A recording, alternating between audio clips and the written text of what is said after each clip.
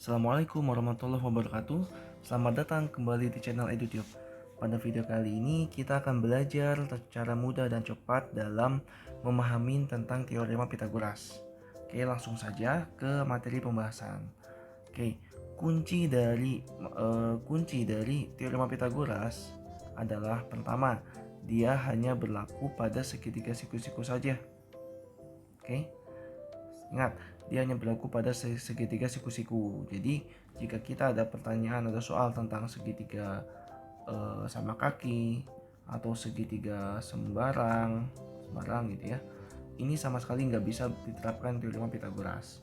Namun, jika segitiga siku-siku, apapun bentuknya, itu bisa diterapin teorema Pitagoras ini.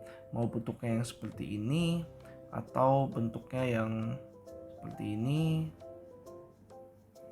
atau seperti ini, pokoknya semua segitiga siku-siku bisa menggunakan teorema Pitagoras.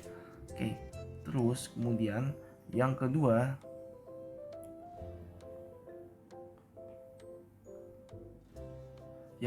adalah rumus dari Pitagoras itu sendiri, yaitu jika kita jadi kita ada dua macam sisi di sini ya.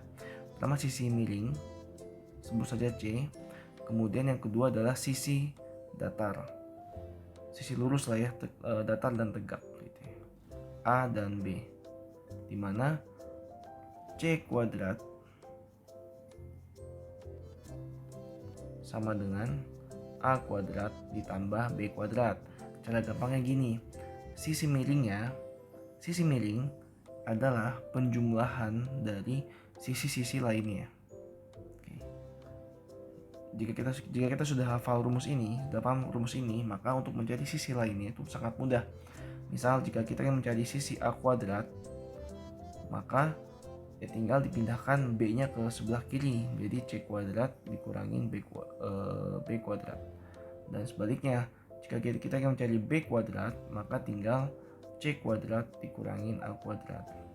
Untuk yang ini kita nggak perlu hafal. Yang perlu kita hafalkan atau pahami konsepnya adalah yang ini saja.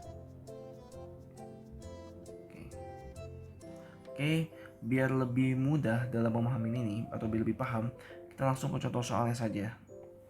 Oke, misal untuk soal yang pertama, misal kita memiliki sebuah segitiga siku-siku seperti ini, di mana sisi datarnya adalah sini 6 dan sisi yang datar lainnya adalah 8. Pertanyaannya, berapakah X? Oke. Maka seperti rumus Pythagoras tadi, untuk mencari sisi miring atau sisi yang panjang, X kuadrat sama dengan jumlah kuadrat dari sisi-sisi lainnya, yaitu 8 kuadrat ditambah 6 kuadrat. X kuadrat sama dengan 8 kuadrat adalah 64 ditambah 6 kuadrat atau 36. Maka X kuadrat sama dengan 100 dan X adalah 10. Maka di sini jawabannya X sama dengan 10. Oke. Jadi ingat, jika yang ditanya sisi miring, maka jawabannya adalah penjumlahan kuadrat dari dua sisi lainnya. Nah, bagaimana kalau yang ditanya sisi yang tegak gitu ya? Oke, misalnya kita soal yang kedua, kita punya segitiga siku-siku seperti ini. Yang diketahui sekarang adalah sisi miringnya 13 dan sisi datarnya 12. Berapakah Y gitu ya? Jadi, seperti rumus Pythagoras di awal, jika diketahui adalah yang ditanyakan adalah sisi yang tegaknya, maka sisi tegak kuadrat adalah pengurangan dari sisi yang panjangnya dikurangin dengan sisi datar lainnya atau 12 kuadrat.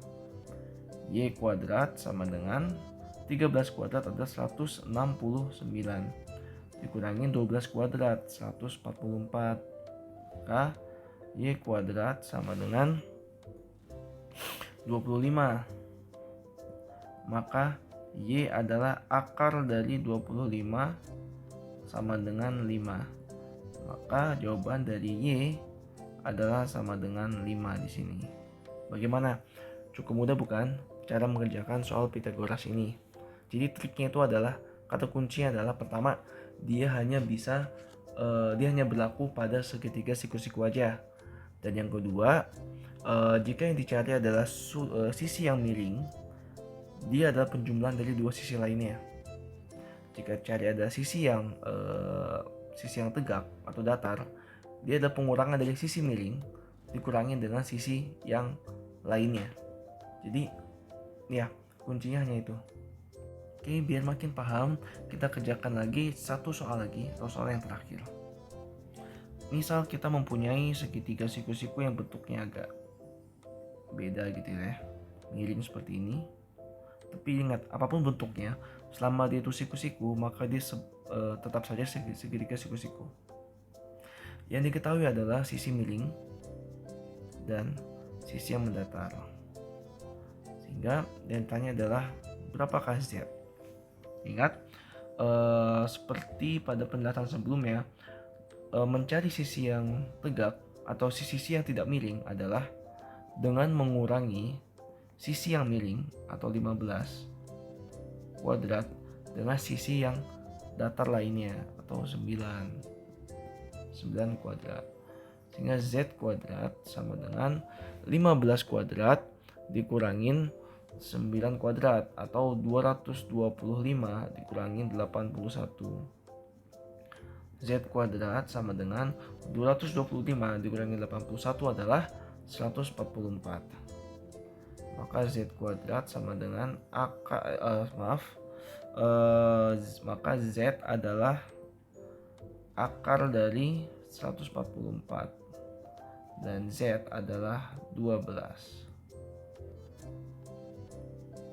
Ya, demikian video penjelasan cara mengerjakan soal teorema Pythagoras. Semoga bermanfaat. Jika ada pertanyaan, silakan tuliskan di kolom komentar. Sampai ketemu di video matematika berikutnya. Assalamualaikum warahmatullahi wabarakatuh.